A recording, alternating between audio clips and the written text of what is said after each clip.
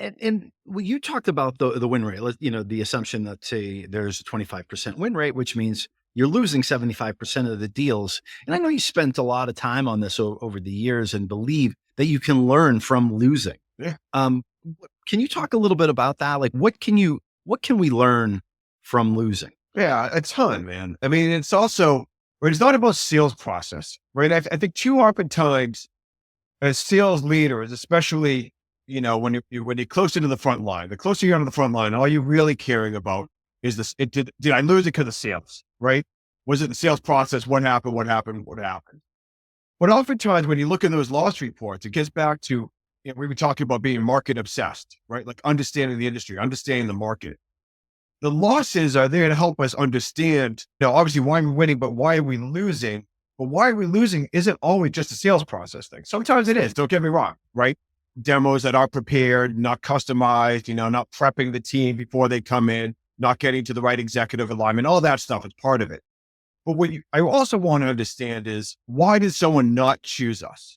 Was there a product misalignment? Meaning, was there a messaging misalignment there that we can correct, right? Was our pricing misaligned? I don't mean we're too expensive or not, but were we not aligning our pricing with their objectives, right? Were we trying to sell something that maybe wasn't the right fit, or maybe we had something else that we should have positioned, right? So more times than not, when you go through those loss reports, this thing the product team can take out of them, by the way, Yeah. That's why Gong is phenomenal for that stuff, right? And the product team should be using Gong and listening to recordings and getting feedback from that too. But it's also the marketing and the messaging that we need to continuously fine tune to make sure that we know and everyone knows in the organization, no matter where they reside. I don't care if you're down in Singapore, you're in London, you're in New York, you need to understand what is that message that we need to be leveraging to make sure that we're ahead of the competition, especially as they're continuously reiterating their messaging and throwing us curveballs. And so is that, I've heard you say before, a time of forced self-reflection, Yeah. right? That, they're carving out that time. They go in, hey, why did we lose?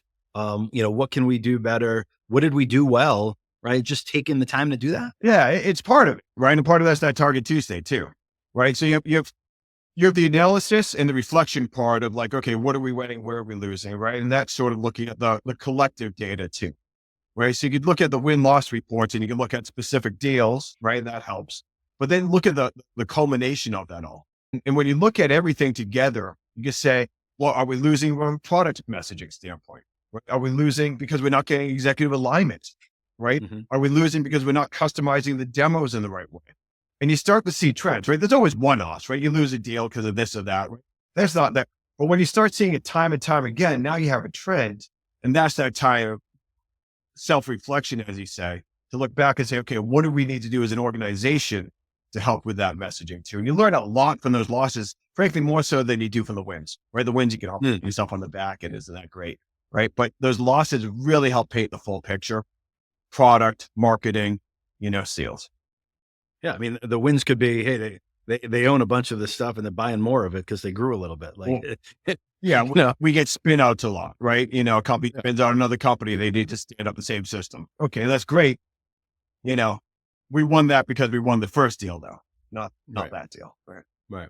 Well, you didn't lose it, which is good.